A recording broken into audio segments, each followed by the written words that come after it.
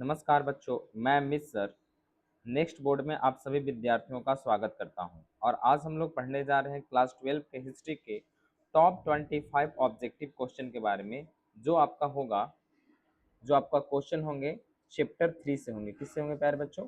Chapter 3 से ये objective question होंगे और इस चैप्टर का नाम है बंधुता, वर्ग तथा जाति।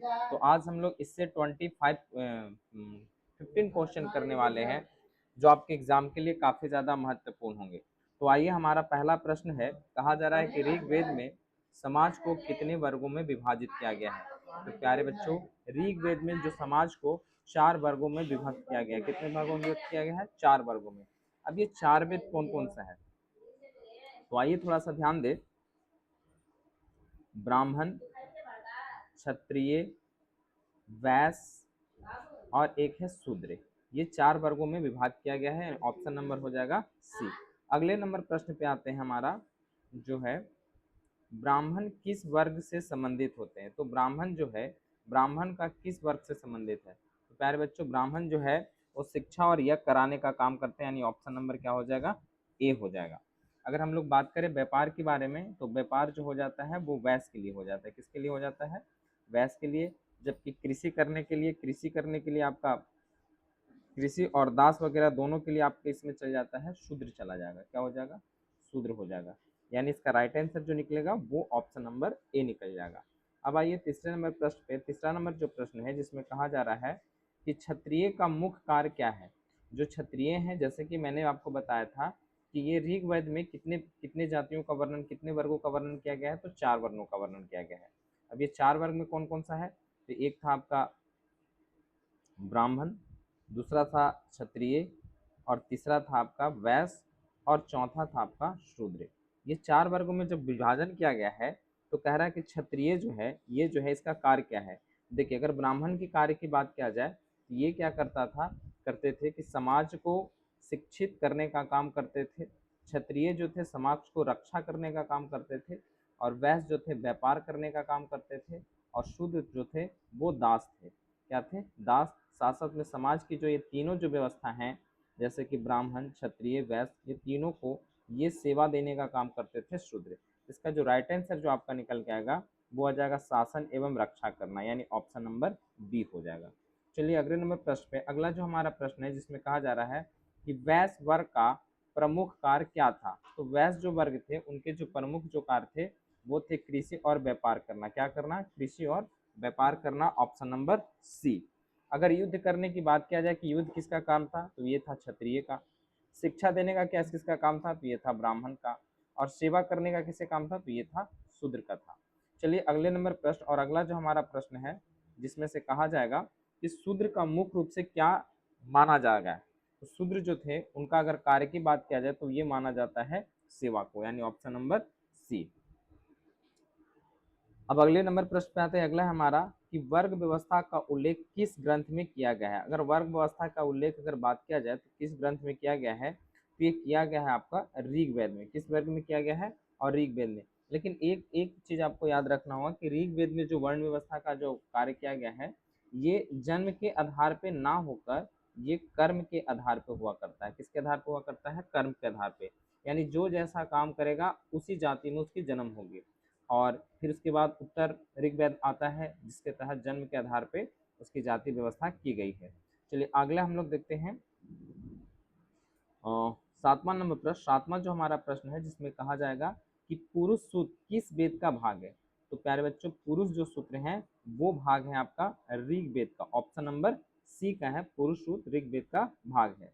अगले प्रश्न पे है, देखिए, जिसमें कहा जा रहा है कि धर्मशास्त्र में वर्ण जन्म आधार पे लिया जाता था। हाँ, धर्मशास्त्र में जो था ये वर्ण आधार पे लिया जाता था, यानी ऑप्शन नंबर ए हो जाएगा।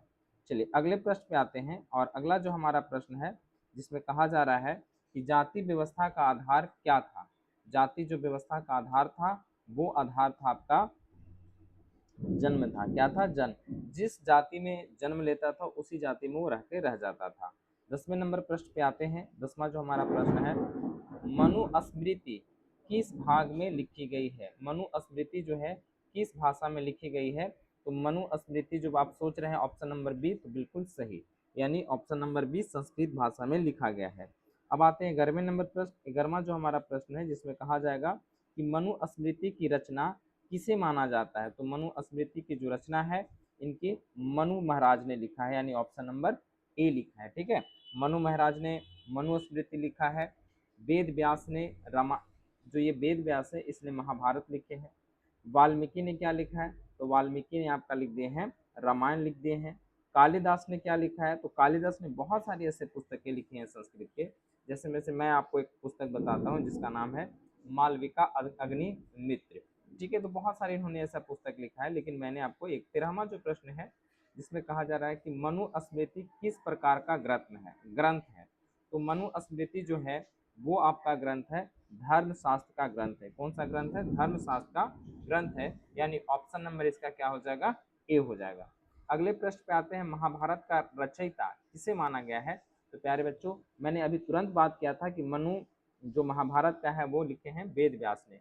वाल्मीकि ने कौन सी पुस्तक लिखी है, तो वाल्मीकि ने लिखा है आपका रामायण लिखा है कि नहीं। कालिदास ने मालविका। पाणिनि ने क्या लिखा है, पाणिनि की पुस्तक कौन सी है, तो संस्कृत भाषा में इन्होंने पाणिनि की सबसे पहली पुस्तक है संस्कृत में लिखने का। अब कहा जा रहा है महाभारत में कुल कितने श्लोक हैं। तो महाभारत के अगर श्लोक की बात किया जाए तो महाभारत में टोटल अगर श्लोक की बात किया जाए तो 1,00,000 और श्लोक है, यानी ऑप्शन नंबर सी हो जाएगा।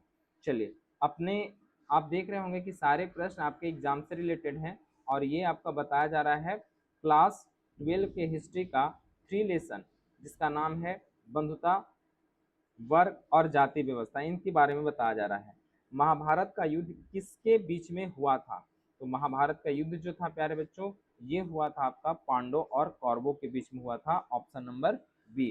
किसके बीच में हुआ था, पांडव और कौरवों के बीच में हुआ था। अगर इसके साथ साथ हम लोग देखा जाए तो ये आपका मौर्य और नंद की बात किया जाए तो ये मगध में लड़ाई हुआ था, ये दोनों अलग अलग है। ये सारे अगर बात किया जाए तो ये आपका मगध से ही रिलेटेड है। मैंने आपको मगध के बारे में बताऊंगा। तो मगध में टोटल अगर राजवंशों की बात किया जाए तो टोटल राजवंश जो है वो 7 बना था। कौन सा बना था, 7। अगर शुरू में अगर बात किया जाए तो ये था हरेक वंश, और अंतिम की अगर बात किया जाए तो वो आपका बना था शातवाहन वंश। ये सारे जो वंश हैं ये मगध पे ही बने थे।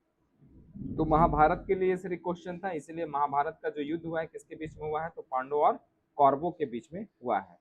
आते हैं 16वां नंबर प्रश्न। 16वां कह रहा है कि द्रौपदी किसकी पुत्री थी। तो प्यारे बच्चों जो द्रौपदी थी द्रुपद की पुत्री थी, यानी ऑप्शन नंबर सी हो जाएगा, द्रुपद की पुत्री थी। आ रहा बात आपको समझ में। चलिए अगले नंबर प्रश्न पे आते हैं, और अगला जो हमारा प्रश्न है जिसमें कहा जा रहा है द्रौपदी का विवाह किस प्रथा का उदाहरण है। तो प्यारे बच्चों द्रौपदी का जो विवाह है वो हुआ था आपका बहुपति का विवाह है, क्योंकि उन्होंने द्रौपदी के जो थे लोग लगभग द्रौपदी के जो थे वो 5 गो पति थे। तो एक से विवाह तो हुआ नहीं, एक पति कहने का मतलब एक से विवाह। बहुपत्नी मतलब बहुत ज्यादा उसकी पत्नियां हैं, तो इसका जो विवाह हुआ था बहुपति के द्वारा हुआ था। अब आते हैं अगले नंबर 18वां नंबर प्रश्न। 18वां जो कहा जा रहा है कि द्रौपदी के कितने पति थे। तो द्रौपदी के प्यारे बच्चों जो जितने भी पांडव थे वो सब इनके पति थे, यानी ऑप्शन नंबर आपका हो जाएगा डी हो जाएगा। चलिए अगले प्रश्न पे आते हैं, और अगला जो हमारा प्रश्न है जिसमें कहा जा रहा है कि महाभारत का समालोचनात्मक संस्करण कहाँ तैयार हुआ है। तो महाभारत का समालोचनात्मक जो तैयार हुआ है वो आपका तैयार हुआ महाराष्ट्र के पुणे में तैयार हुआ है। महाराष्ट्र का कहाँ तैयार हुआ है, पुणे में तैयार किया गया है।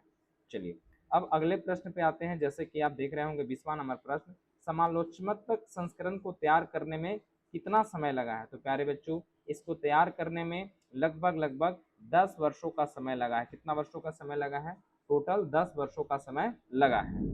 अब आपको समझ में आ रहा हो कि सर ये सारे क्वेश्चन हैं जो हमारे एग्जाम के लिए इंपॉर्टेंट है, हमारे लिए इंपॉर्टेंट है। साथ साथ में देखिएगा तो बौद्ध धर्म के संस्थापक कौन है। तो बौद्ध धर्म के संस्थापक प्यारे बच्चों ये हैं गौतम बुद्ध हैं, यानी ऑप्शन नंबर बी। थोड़ी सी बात कर ले महावीर के बारे में। तो महावीर जो है जैन धर्म के अंतिम तथा 24वें तीर्थंकर है। कौन है, अंतिम तथा 24वें तीर्थंकर है। अशोक की बात किया जाए तो अशोक जो है वो मगध का जो मौर्य वंश है, मगध का कौन सा वंश है, मौर्य वंश है, उसके सबसे प्रतापी और सबसे शक्तिशाली जो राजा था वो आपका अशोक था। नागार्जुन की बात किया जाए तो नागार्जुन जो थे उन्होंने बौद्ध धर्म की जो शिक्षा प्राप्त की थी और भारत में ही रह गए थे, ये कुषाण वंश से रिलेटेड था। चलिए आगे हम लोग बात करते हैं। अगला 22वां जो प्रश्न है, 22वां कहा जा रहा है कि बुद्ध का जन्म कहाँ हुआ था। तो प्यारे बच्चों, बुद्ध का जो जन्म हुआ है लुबनिया में हुआ है, कपिल वस्तु को लुबनिया, यानी ऑप्शन नंबर आपका ए हो जाएगा। ठीक है, चलिए इसके साथ साथ अगर देखा जाए 23वें नंबर प्रश्न, देखिए थोड़ा सा समय तो देना होगा क्योंकि मैंने इसमें टोटल 50 क्वेश्चन के ऐड किया है, तो आप थोड़ा सा समय दे दीजिए, 10 से 15 मिनट, आपका पूरा 50 क्वेश्चन यहाँ कंप्लीट हो जाएगा। बुद्ध को ज्ञान की प्राप्ति कहाँ हुआ है। प्यारे बच्चों, बुद्ध की ज्ञान की प्राप्ति जो हुआ है बिहार के बोध गया में हुआ है। बिहार के कहाँ हुआ है, बोध गया में। लेकिन सर ये सब चीज से क्या रिलेटेड है, सारनाथ में इसने पहला उपदेश दिया, कुशीनगर में इनकी मृत्यु हो गई, और वैशाली की बात किया जाए तो वैशाली में क्या होता है, सेकंड बौद्ध संगति हुआ था। क्या हुआ था, सेकंड बौद्ध संगति ये हुआ था वैशाली में। तो फिर से एक बार ध्यान दीजिएगा कि सारनाथ में क्या हुआ है, तो इस सारनाथ में सबसे पहले प्रचार किए हैं, सबसे पहला उपदेश दिए हैं। कुशीनगर में इनकी मृत्यु हो चुकी है, बोध गया में ज्ञान की प्राप्ति हो चुकी है, और वैशाली में सेकंड बौद्ध संगति हुआ है। अगर हम लोग बात करें बौद्ध संगति की, तो बौद्ध संगति जो टोटल हुआ है 4 हुआ है। पहला नंबर आपका हो गया है राजगीर में, दूसरा नंबर हो गया वैशाली में, और तीसरा नंबर हो गया पाटलिपुत्र में, और चौथा जो हुआ है वो आपका हुआ है कुंडलवन में हुआ है। कहाँ हुआ है, कुंडलवन में। तो ये वैशाली है, यहीं पे सेकंड बौद्ध संगति हुआ था। चलिए आपको अगले नंबर प्रश्न पे आते हैं। अगला जो हमारा कह रहा है कि बुद्ध ने प्रथम उपदेश कहाँ दिया। तो प्यारे बच्चों, अभी मैंने जस्ट बात किया था कि बुद्ध ने अपना पहला उपदेश जो दिया है वो दिया है सारनाथ में दिया है। कहाँ दिया है, सारनाथ में। इससे अगर रिलेटेड की बात किया जाए तो बोध गया कहाँ पड़ता है, तो बोध गया सर बिहार में पड़ता है। सारनाथ कहाँ पड़ता है, तो यूपी में पड़ता है। ये सर कहाँ पड़ता है राजगीर, तो ये भी आपका बिहार में पड़ता है। श्रावस्ती कहाँ पड़ता है, तो ये पड़ता है आपका एमपी में। एक बार चेक कर लीजिएगा कि श्रावस्ती कहाँ पे है। तो ये सारे चीज हैं। अगर बोध गया की बात किया जाए तो महात्मा बुद्ध की ज्ञान की प्राप्ति हुई है। सारनाथ की बात किया जाए तो इन्होंने सबसे पहला उपदेश दिया है। राजगीर की बात किया जाए तो राजगीर इन्होंने, बुद्ध गया से अगर बात किया तो राजगीर में इनका शांति स्तूप है। और श्रावस्ती की बात किया जाए तो सबसे ज्यादा इन्होंने उपदेश कहाँ पे दिया है, तो श्रावस्ती में दिया है। चलिए जाए अगले प्रश्न पे। अगला जो हमारा प्रश्न है जिसमें कहा जा रहा है कि बौद्ध धर्म का पवित्र ग्रंथ कौन सा माना जाता है। तो बौद्ध धर्म का जो पवित्र ग्रंथ है वो माना जाता है त्रिपिटक को। किसे माना जाता है प्यारे बच्चों, त्रिपिटक को माना जाता है, बौद्ध धर्म का पवित्र ग्रंथ माना जाता है। अब आज देखिए 26वें नंबर जो प्रश्न है, कहा जा रहा है कि त्रिपिटक किस भाषा में लिखा गया है। तो त्रिपिटक जो प्यारे बच्चों है वो लिखा गया है आपका पाली में लिखा गया है। किसमें भाषा में लिखा गया है, प्राकृतिक भाषा में आपका, नहीं सॉरी, पाली भाषा में आपको त्रिपिटक लिखा गया है। चलिए देखा जाए टोटल 50 नंबर प्रश्न है, तो हम इसको जल्दी से कंप्लीट कर रहे हैं। और ये आपके एग्जाम के लिए बहुत ही इंपॉर्टेंट होगा। चाहे आप किसी भी एग्जाम की तैयारी कर रहे हैं, यहाँ तक कि कंपटीशन की भी तैयारी कर रहे हो, तो यहाँ से भी आपको प्रश्न एका दुका आपको मिल जाएगा। तो इसलिए इसको छोड़ना नहीं है, पूरी लगातार तरीके से मेहनत करना है। अब है हमारे पास 27वां नंबर प्रश्न, कह रहा है कि जैन धर्म के 24वें तीर्थंकर कौन थे। तो प्यारे बच्चों, जैन धर्म के जो 24वें तीर्थंकर थे जिनका नाम था महावीर। कौन थे, महावीर थे 24वें तथा अंतिम तीर्थंकर थे। अब देखा जाए कि अगर हम लोग जैन धर्म के संस्थापक की बात किया जाए तो जैन धर्म के संस्थापक कौन थे, तो ये ऋषभ देव थे। तो ये चीज आपको याद रखना है कि जैन धर्म के संस्थापक कौन है, ऋषभ देव। जबकि जबकि अगर बात किया जाए महावीर के बारे में तो अंतिम तथा 24वें थे। पारशुनाथ की बात किया जाए तो पारशुनाथ 23वें तीर्थंकर थे। कितने तीर्थंकर थे, 23वें, और इनके बारे में है आपका 24वां तीर्थंकर।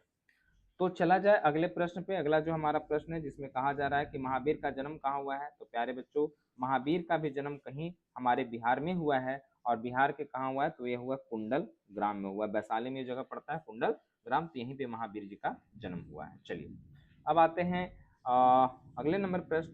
अगला जो प्रश्न है जिसमें से देखा जाए तो बहुत ही महत्वपूर्ण हो जाता है कि जैन धर्म का प्रमुख सिद्धांत क्या है।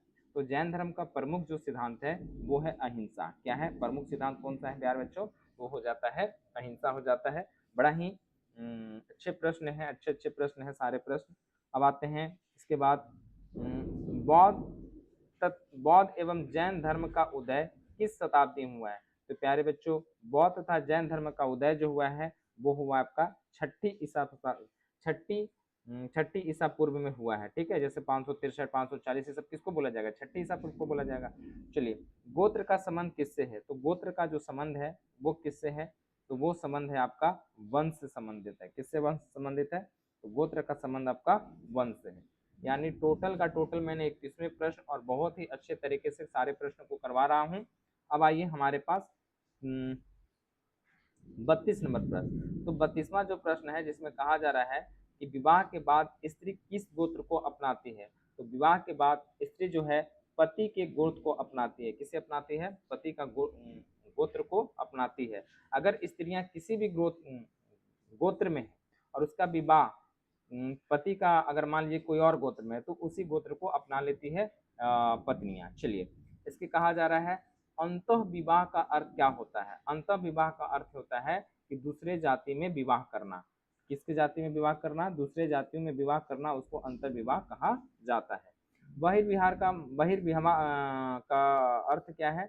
तो इसका हो जाएगा कि अपने गोत्र में विवाह करना, नहीं दूसरे के गोत्र में विवाह करना, यही हो जाता है। यानी अपने गोत्र से बाहर जाकर विवाह करना, इसको कहा जाता है बहिर्विवाह का अर्थ कहा जाता है। चलिए, इसके साथ साथ आइए हम लोग 37वें नंबर प्रश्न की ओर। नहीं, इसके और है, इसमें प्रश्न है थोड़ा। हाँ देखिए, ये हमारे पास है, कहा जा रहा है 35वां, सातवाहन वंश का प्रमुख शासक कौन था। तो सातवाहन वंश का प्यारे बच्चों, सातवाहन वंश का जो प्रमुख शासन था वो थे गौतमीपुत्र सातकर्णी। कौन थे? गौतमीपुत्र सातकर्णी थे। अगर देखा जाए तो अशोक है, ये आपका मौर्य वंश से रिलेटेड है। समुद्रगुप्त है, ये गुप्त वंश से रिलेटेड है। हर्षवर्धन जो हर्ष वंश से रिलेटेड है। ठीक है, तो गौतमीपुत्र सातकर्णी का माता का क्या नाम था? इसके माता का जो नाम था वो नाम था इनका गौतमी बल्लभ श्री। क्या नाम था? ऑप्शन नंबर ए हो जाएगा प्यारे बच्चों, बल्लभ श्री हो जाएगा। चलिए, अब आइए हम लोग 37वें नंबर पर 37वां जो कहा जा रहा है, सातवाहन शासक किस क्षेत्र में शासक करते थे। सातवाहन जो शासक थे किस क्षेत्र में शासक करते थे? तो ये शासन करते थे दक्षिण भारत में, महाराष्ट्र में थे। इसके बाद आंध्र सातवाहन भी कहा गया था क्योंकि ये आंध्र प्रदेश में भी चले गए थे। यानी ऑप्शन इसका जो परफेक्ट जो निकल के आएगा ये आ जाएगा दक्षिण भारत। जातक का संबंध किस धर्म से है? तो प्यारे बच्चों, जो जातक जो ग्रंथ है इसका जो संबंध है वो संबंध है आपका बौद्ध धर्म से संबंध है। कहाँ से संबंध है? तो ये बौद्ध धर्म से संबंधित है। अगले प्रश्न है, जातक ग्रंथ किसके से संबंधित है। तो बुद्ध के पुनर्जन्म की कहानी है, या बिल्कुल सही जवाब, बुद्ध की पुनर्जन्म की कहानी किसमें लिखा गया है? जातक ग्रंथ में लिखा गया है। चलिए, अब आते हैं, अगर अशोक के शासनकाल की बात किया जाए तो अब आते हैं हमारे पास 40वां नंबर प्रश्न। 40वां कहा जा रहा है कि मेगा अस्निज किस देश से आया था। तो प्यारे बच्चों, मेगा जो अस्निज था वो यूनान से आया था। कहाँ से आया था? यूनान से। अगर मेगा अस्निज की बात किया जाए तो मेगा अस्निज जो है सेलुकस निकेटर, किसका?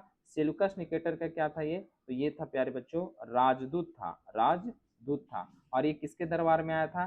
तो सर ये जो दरबार में आया था ये आया था चंद्रगुप्त मौर्य के दरबार में आया था। किसके दरबार में आया था? चंद्रगुप्त मौर्य के दरबार में आया था। और उसने यहाँ की शासन व्यवस्था को देखा और शासन व्यवस्था देखने के बाद वहाँ के बारे में सारे वृत्तांत को एक पुस्तक में समाहित कर दिया। और इसने एक पुस्तक भी लिखी थी जिसका नाम था इंडिका। इसने क्या लिखा था? एक पुस्तक भी लिखा था जिसका नाम क्या था? इंडिका पुस्तक था। अगले प्रश्न पे आते हैं, और अगला हमारा जो प्रश्न है, मेगा अस्निज ने कौन सी पुस्तक लिखी है। देखिए, मैंने इस पे अभी ही बात किया था कि मेगा जो अस्निज है वो कौन सी पुस्तक लिखा है? तो वो लिखा है इंडिका। कौन सा पुस्तक लिखा है? इंडिका। तो इंडिका पुस्तक में किसके बारे में जानकारी मिलता है? तो इसके बारे में जानकारी मिलता है मौर्य वंश के बारे में जानकारी मिलता है। किसके बारे में मिलता है? मौर्य वंश में। और इसमें पटना के बारे में यानी पाटलिपुत्र के बारे में, पाटलिपुत्र के बारे में काफी ज्यादा जानकारी अच्छे तरीके से मिल जाता है। पाटलिपुत्र को बहुत ही समृद्ध और शक्तिशाली शासक बताया गया था। 42वां जो प्रश्न है, 42वां कहा जा रहा है कि समाज के बारे में जानकारी देने वाला पहला विदेशी यात्री कौन था। तो देखिए, अगर हम देखा जाए समाज के बारे में जानकारी देने वाला पहला विदेशी यात्री के बारे में, इसने फहियान ने भी दिया था, वेनसांग ने दिया था, मेगास्निज ने दिया था, यानी सारे ने दिखा दिया था। इसीलिए ऑप्शन इसका क्या हो जाएगा? ऑप्शन नंबर डी हो जाएगा। क्लियर है आपको? चलिए, अब आते हैं अगले नंबर प्रश्न में। अगला जो हमारा प्रश्न है जिसमें कहा जा रहा है कि वर्ण व्यवस्था में सबसे उच्च स्थान किसे दिया गया है। तो वर्ण व्यवस्था में सबसे जो उच्च स्थान है वो दिया गया है ब्राह्मणों को दिया गया है। इसको दूसरे स्थान पर रखा गया है, इसको तीसरे स्थान पर रखा गया है, इसको पहले स्थान पर और इसको चौथे स्थान पर रखा गया है। अगर वर्ण व्यवस्था की बात किया जाए, जन्म के आधार पे और अगर जन्म के आधार पे बात किया जाए तो उत्तर ऋग वैदिक काल से स्टार्ट हुआ था। अगर हम लोग बात करें कर्म के आधार पे तो ऋग वैदिक काल से इसे प्रारंभ माना जाता है। 44वां नंबर प्रश्न में आते हैं। 44वां कह रहा है कि वर्ण व्यवस्था में सबसे निम्न स्थान किसे दिया गया है? तो सबसे निम्न जो स्थान है, सबसे जो दिया गया है वो दिया गया है आपका शूद्र को दिया गया है। किसे दिया गया है? शूद्र को दिया गया है। अगर हम लोग बात करें ब्राह्मण को, तो ये समाज को शिक्षित करने का काम करते थे। क्या करते थे? समाज को शिक्षा देने के काम करते हैं। वैश्य की बात किया जाए तो ये व्यापार और कृषि किया करते थे। क्षत्रिय की बात किया जाए तो ये शासन और रक्षा करते थे। शासन और क्या करते हैं? समाज की सुरक्षा भी करते हैं। और वैश्य की बात किया जाए, ये तीनों को क्या करते थे? ये तीनों को क्या करते थे? सेवा करने का काम करते थे। तो इसे सबसे निम्न और सबसे निचले स्तर का माना गया है। अब उसके साथ हम लोग देखेंगे 45वां, बंधुता जाति तथा वर्ग अध्याय मुख्यतः किस विषय से संबंधित है? क्या ये राजनीतिक इतिहास से है, सामाजिक इतिहास से था, या फिर आपका सैन्य इतिहास से था? तो अगर देखा जाए तो ये जो है आपका किस इतिहास से संबंधित है, तो इसमें देखा जाए तो ये जो है आपका आर्थिक पैसा कौड़ी से तो रिलेटेड है नहीं, तो ये आपका रिलेटेड हो जाता है सामाजिक इतिहास से रिलेटेड हो जाएगा, यानी ऑप्शन नंबर इसका क्या हो जाएगा? बी हो जाएगा। चलिए ऑप्शन नंबर क्या हो जाएगा? बी हो जाएगा। अब आते हैं 46वें नंबर प्रश्न पे। 46वां कह रहा है कि वर्ण का आधार क्या माना जाता है? तो वर्ण का जो आधार है वो माना जाता है जन्म माना जाता है। क्या माना जाता है? वर्ण का आधार क्या माना जाता है प्यारे बच्चों? जन्म माना जाता है। अगले प्रश्न पे आते हैं जिसमें कहा जा रहा है कि जाति वर्ण का मुख्य अंतर क्या है? तो जाति वर्ण का मुख्य अंतर है कि जाति जन्म पे आधार पे जाति और वार्षिक ये ही माना जाता है। ठीक है, यानी ऑप्शन नंबर इसका ये हो जाएगा। जाति जन्म पर आधारित है, वर्ग आर्थिक स्थिति पर आधारित है, यानी जो जिस तरह से रहेगा उसमें उसका मिल जाता है। अब आते हैं हम लोग 48वां प्रश्न है जिसमें कहा जा रहा है कि प्रारंभिक भारतीय समाज का मुख्य आधार क्या था? तो प्रारंभिक जो भारतीय समाज था उनका मुख्य जो आधार था वो था आपका वर्ण व्यवस्था। क्या था? इनका था वर्ण व्यवस्था, यानी ऑप्शन नंबर आपका हो जाएगा ए हो जाएगा। ठीक है, ऑप्शन नंबर क्या हो जाएगा? ए हो जाएगा। धर्मशास्त्र में समाज को कितने भागों में बांटा है? तो धर्मशास्त्र में प्यारे बच्चों समाज को 4 वर्गों में बांटा गया है। वही ब्राह्मण, क्षत्रिय, वैश्य और शूद्र के बारे में बात किया जा रहा है। बंधुता जाति वर्ग अध्याय किस विषय पुस्तक का भाग है? तो प्यारे बच्चों ये जो पुस्तक का भाग है ये आपका है ऑप्शन नंबर सी, इतिहास का ही बात किया जा रहा है। ये जो हमारे तीनों जो चैप्टर हैं किसमें पढ़ना है? तो ये आपको पढ़ना है हिस्ट्री में पढ़ना है। हिस्ट्री के कितने चैप्टर में पढ़ना है? तो 3 चैप्टर में पढ़ना है। तो मैंने आपको अगर आपने हमारा हिस्ट्री का पहला ऑब्जेक्टिव नहीं है, पहला चैप्टर का ऑब्जेक्टिव नहीं है, तो वहाँ पे जाकर देख लीजिए। उसके बाद फिर आप राजा, किसान तथा नगर के बारे में मैंने भी वहाँ पे टॉप 25 क्वेश्चन का बनाया है। इस बार मैंने बहुत ज़्यादा ही क्वेश्चन लाया था, टॉप 50 क्वेश्चन लाया था। तो हर सब्जेक्ट का आपको एक ऑब्जेक्टिव मिलते रहेगा जिससे आपके एग्जाम में काफ़ी ज़्यादा मार्क्स आएंगे। तो मिलते हैं अगले वीडियो के साथ, तब तक के लिए जय हिंद,